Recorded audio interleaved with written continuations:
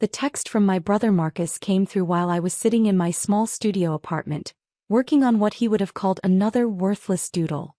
The afternoon light streamed through the single window, illuminating canvases that lined every wall, paintings that my family had dismissed as hobby projects from their struggling artist sister. Sold your amateur paintings for $50 each. You're welcome, Marcus had written, followed by a smug emoji. Found them in Mom's garage when we were cleaning out her stuff. At least now they're not taking up space. I stared at the message for a long moment, my coffee growing cold in my hands.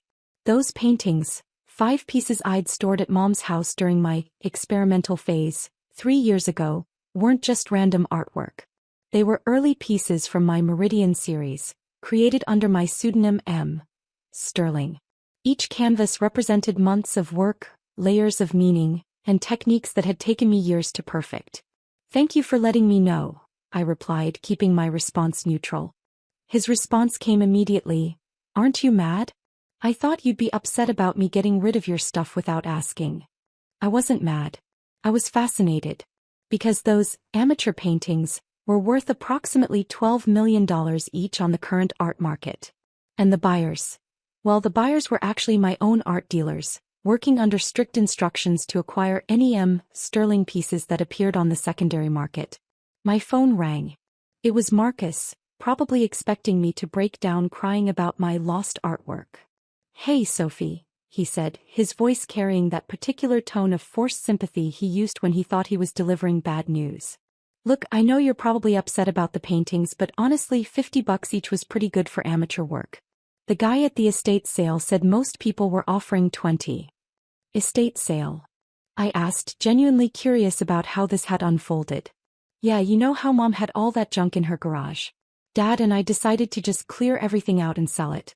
There were boxes of your old art supplies, some canvases, and those 5 paintings you left there. I figured they were just taking up space and Dad needed the money from the sale anyway. Dad needed the money. That was rich. My father, Robert Chin, had been living off the success of his small accounting firm for the past 15 years, constantly reminding the family about his financial expertise and business acumen. He'd spent years lecturing me about the impracticality of art as a career, suggesting I pursue something stable, like accounting or business management. Who bought them? I asked. Some art dealer from the city. Really nice guy actually. He said he specialized in emerging artists and thought the paintings showed potential. His words, not mine. He even left his card in case you wanted to connect with him about your future work. I almost laughed. The art dealer was undoubtedly Harrison Mitchell from Mitchell & Associates, one of the most prestigious galleries in the country. Harrison had been representing my work under the M. Sterling pseudonym for the past 4 years, helping me build a reputation in the contemporary art world while I maintain my cover as the family's struggling artist. That was thoughtful of him, I said. Yeah, and Sophie? Don't take this the wrong way, but maybe this is a sign that you should consider a more practical career path. I mean, if a professional art dealer thinks $50 is fair for your work, maybe it's time to be realistic about your prospects. Marcus had always been the golden child. The successful one with the MBA, the management position at a mid-level marketing firm, the suburban house with the 2-car garage. He'd married his college girlfriend, Jessica, and they'd produced 2 perfectly average children who attended private school and played soccer on weekends. He'd also been slowly going broke for the past 18 months, though he'd never admit it to the family. His marketing firm had lost 3 major clients, his mortgage was underwater, and Jessica's spending habits had pushed their credit card debt well into 6 figures. But Marcus maintained the facade of success just like the rest of my family. I appreciate the advice, I said, meaning it more than he could possibly understand. Also, Dad wanted me to ask if you needed money for rent this month. I know things have been tight for you and we don't want you to end up homeless or anything. The concern in his voice was genuine, which made it both touching and infuriating. They saw my small apartment, my second-hand furniture, my modest lifestyle, and assumed I was barely surviving. They had no idea that the struggling artist persona was carefully maintained to protect something much larger. I should be okay, I said. But thank you for thinking of me. After ending the call, I walked to my computer and pulled up the secure portal that connected me to my real life, the one my family knew nothing about.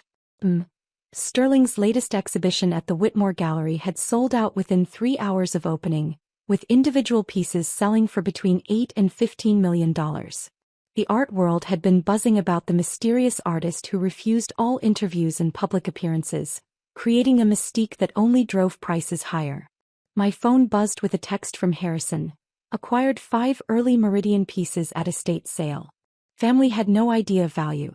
All 5 now secured in climate-controlled storage. Shall we discuss authentication and potential exhibition inclusion? I smiled and typed back. Family thinks they sold them for $50 each to help with garage sale. Let's keep it that way for now. Harrison's response was immediate. Understood. Your secret is safe. These pieces could anchor the retrospective we discussed. The retrospective. Harrison had been pushing me to consider a major solo exhibition that would cement Sterling's place in contemporary art history. We were talking about a career-defining show that could push individual piece values above $20 million. But a retrospective would require more public attention, more scrutiny, and potentially more risk of my identity being discovered. My family's ignorance had become my greatest protection. They dismissed my work so completely that they never bothered to research contemporary art trends, never noticed that Sterling's pieces bore striking similarities to the amateur doodles I created in my spare time, never connected the dots between my artistic techniques and the work that was revolutionizing galleries across the country. The next day I decided to visit Dad.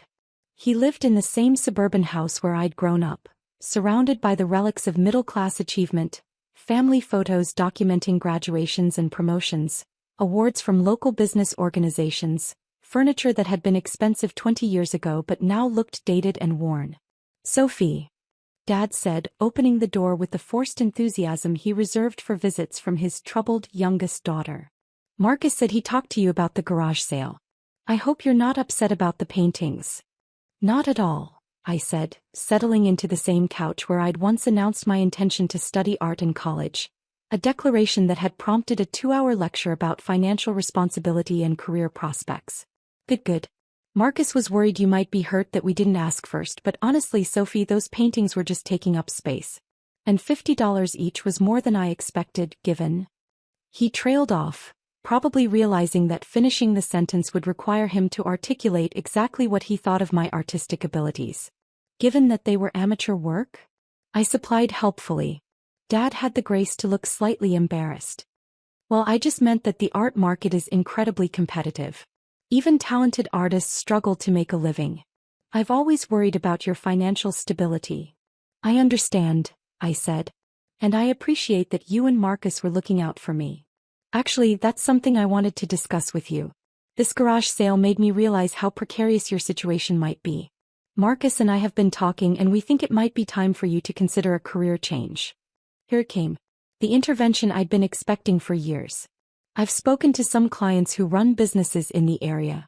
There are opportunities in administrative work, customer service, even entry-level accounting if you're willing to learn. You're still young enough to start over in a practical field. Dad pulled out a folder filled with printouts, job listings, career guides, articles about adults transitioning to new professions. He'd clearly spent considerable time preparing this presentation.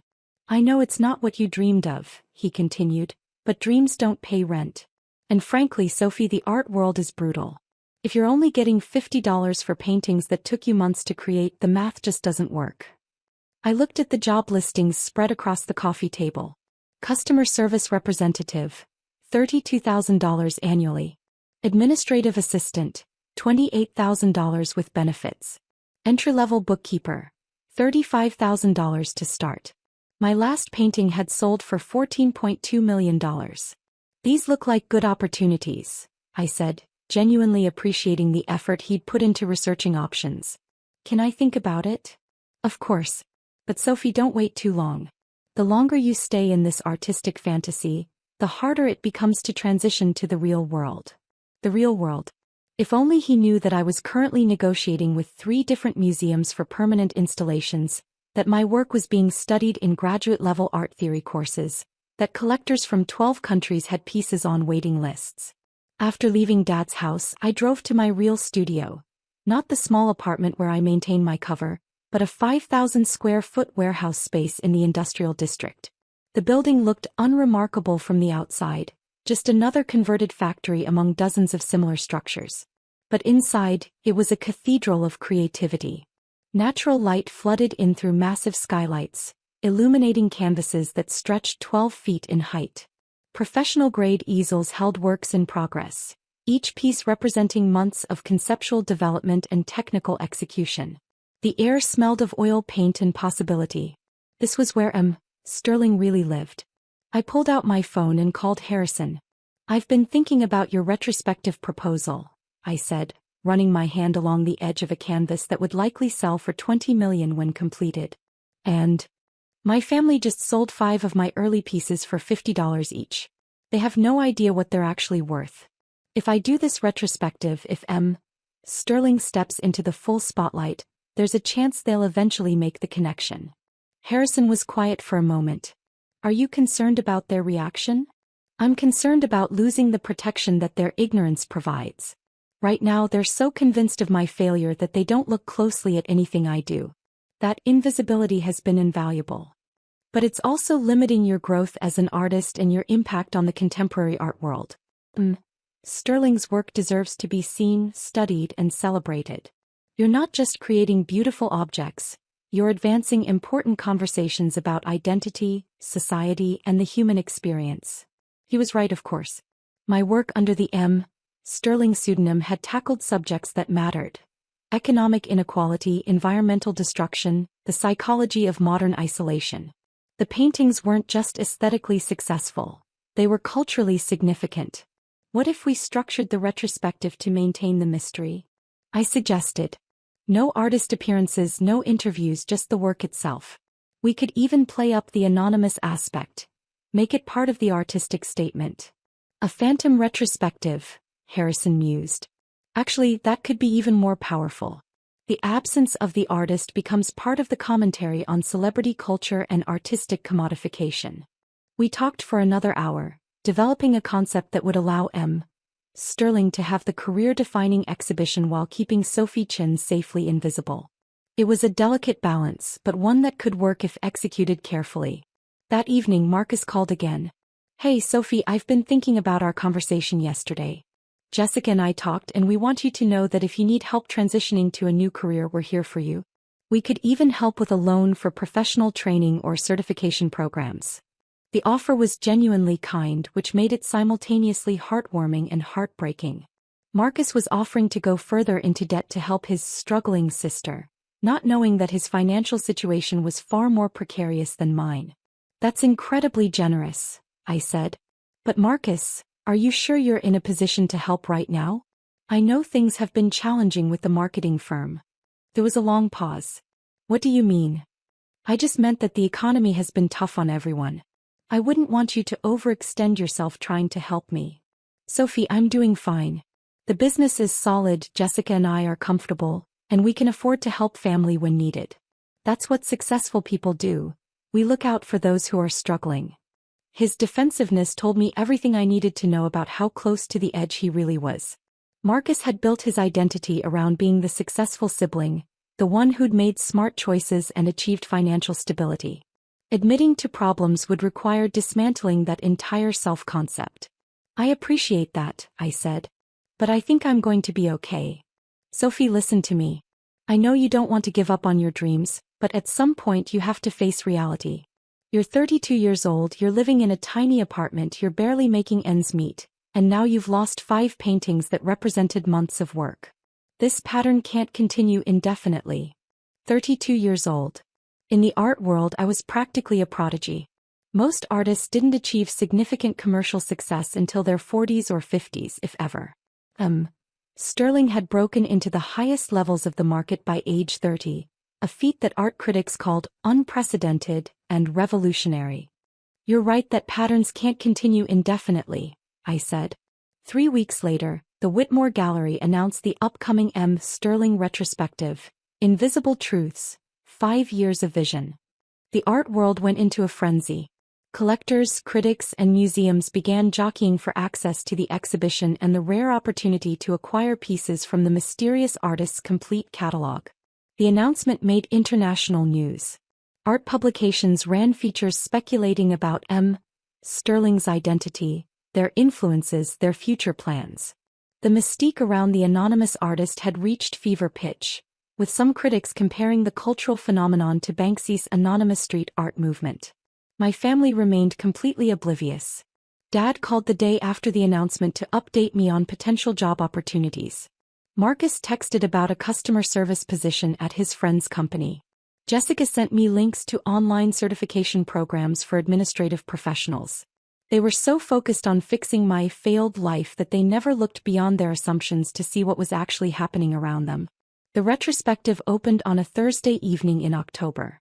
I stood across the street from the Whitmore Gallery, wearing jeans and a simple sweater, watching as art collectors, museum directors, and cultural influencers arrived in expensive cars and designer outfits. These were people who could afford to spend millions on a single painting, gathering to celebrate work that I'd created in my warehouse studio while my family worried about my ability to pay rent. Harrison had texted me throughout the day with updates. Opening night sold 3 pieces within first hour. Museum acquisition offers coming in for major works. Critics calling it the most important contemporary exhibition in a decade. My phone rang. It was Marcus. "Sophie, where are you?" "I tried calling earlier." "Just out running errands," I said, which was technically true. I was running the errand of watching my career-defining exhibition open to unprecedented acclaim. "Good. Listen, I have some news that might cheer you up. Remember that art dealer who bought your paintings at the garage sale? He called Dad today." My heart skipped. "Really?" "Yeah, apparently he's been doing some research and he thinks your work might have more potential than he initially realized. He wants to meet with you about representing some of your newer pieces." Harrison was playing his role perfectly. We discussed this approach. A gradual introduction that would allow me to start sharing more of my success with my family without revealing the full extent of the M. Sterling empire. "He mentioned that the contemporary art market is really hot right now," Marcus continued, "and that artists with your particular style are finding new audiences. He thinks you could maybe sell pieces for a few $100s each if you develop the right relationships." A few $100s. The painting that had just sold at the opening was purchased by the Getty Museum for $18.7 million. "That sounds promising," I said. "It is. Sophie, this could be the break you've been waiting for. If you could make even $500 per painting and do maybe 1 painting per month, that's $6,000 a year in extra income. Combined with a regular job, you could actually achieve some financial stability. $6,000 a year. Sterling's work had generated over $200 million in sales during the past 4 years. "I'll definitely follow up with him," I said. "You should. And Sophie? I'm proud of you for being open to new possibilities. I know it's hard to let go of big dreams, but sometimes scaling back our expectations is the first step toward real success." After ending the call, I walked into the gallery. The space was packed with people examining my work, discussing the technical mastery, the conceptual depth, the cultural significance. I moved through the crowd anonymously, listening to conversations about the mysterious M. Sterling and their revolutionary impact on contemporary art. "The brushwork in this piece is extraordinary," a woman was saying to her companion as they stood before one of my recent paintings. "Whoever M. Sterling is, they're working at a level that most artists never reach." "I heard the Tate Modern is negotiating for 3 pieces, another person mentioned. "This retrospective is going to cement M. Sterling's place in art history." Near the back of the gallery, I found the 5 paintings that Marcus had sold for $50 each. They were displayed with special lighting and detailed placards explaining their significance in M. Sterling's artistic development. A small crowd had gathered around them, with one collector explaining to his friends how these early works showed the seeds of the artistic vision that had revolutionized contemporary painting. "These 5 pieces alone are valued at approximately $60 million, the collector was saying. "They represent a crucial transitional period in M. Sterling's evolution as an artist." $60 million. Marcus thought he'd help me by getting $50 each for them at a garage sale. Harrison appeared beside me, professionally dressed and playing his role as the gallery director. "Magnificent turnout," he said quietly, as if we were strangers who'd struck up a conversation. "M. Sterling's work always draws incredible interest." "It's remarkable," I replied, maintaining the charade. I've never seen paintings that combine technical skill with such powerful conceptual frameworks. The artist's anonymity adds another layer of meaning, don't you think? In a culture obsessed with celebrity, Sterling forces us to focus purely on the work itself. We chatted for a few more minutes, then Harrison moved on to other guests, leaving me alone with my secret and my success. My phone buzzed with a text from Dad. "Hope you're having a good evening, sweetheart. Remember to follow up with that art dealer Marcus mentioned. Even small opportunities can lead to bigger things." 2 months later, I was sitting in the same suburban living room where Dad had once lectured me about career practicality, listening to him read aloud from an article in Art News about the continued success of the Sterling retrospective. "Listen to this," Dad said, adjusting his reading glasses. "It says here that this Sterling person has completely transformed the contemporary art market. Individual paintings are selling for over $20 million. Can you imagine?" "It's incredible," I agreed. "The article says Sterling is probably the most successful anonymous artist in history. No one knows who they are, but their work is hanging in major museums around the world." Marcus nodded from his spot on the couch. "It makes you think about the art world differently. I mean, somewhere out there is this person making millions of dollars from painting, and nobody even knows their real name. It also makes you realize how competitive the field really is," Dad added, looking at me with the gentle concern he reserved for discussions of my future. "An artist at that level probably has decades of training, international connections, representation by the most prestigious galleries. It's not something someone can just stumble into." He was trying to be kind, to manage my expectations without crushing my dreams entirely. Dad genuinely believed he was protecting me from disappointment by helping me understand the realities of the art world. "Sophie," Marcus said, "did you ever follow up with that dealer who bought your paintings? He seemed really interested in working with you." "I did," I said. "We've had some good conversations about possibilities." "That's great. Even if you never reach Sterling's level, there's still value in pursuing art as a side income while building a stable career foundation." "Actually," I said, "I have some news about that." Both Dad and Marcus looked at me expectantly. "The dealer has been showing my work to some collectors, and there's been more interest than expected. I've sold several pieces over the past few months." "That's wonderful," Dad said, his face lighting up with genuine pride. "How much were you able to get for them?" "Enough that I think I can focus on art full-time for a while." Marcus leaned forward. "Sophie, that's fantastic, but be careful not to get carried away. Even if you sold a few pieces for a few $100s each, that's not sustainable income. You still need to think about health insurance, retirement savings, all the practical considerations." "I understand," I said. "But I think I'm going to be okay." "Well, we're proud of you for finding some success," Dad said. "And remember, even if the art thing doesn't work out long-term, you'll always have our support." 6 months later, I made a decision that would change everything. I was standing in my warehouse studio, looking at a new series of paintings that Harrison believed could be my most important work yet.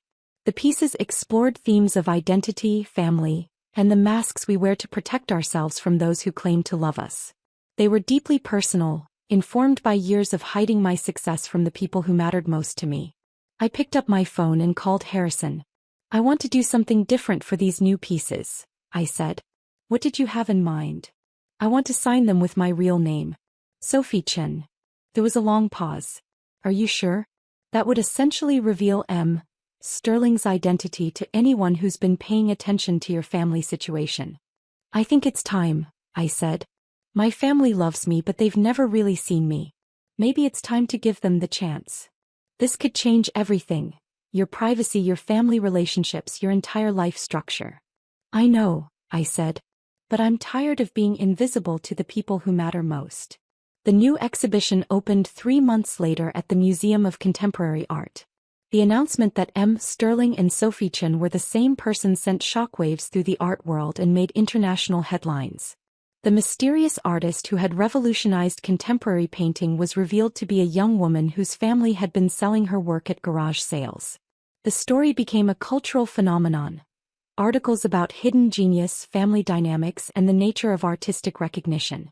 My phone rang constantly with interview requests from major media outlets. But the call I was waiting for came on a Tuesday afternoon. Sophie. It was Marcus, his voice confused and hesitant. I just saw the news. Is this real? It's real, I said. But how? When? I don't understand.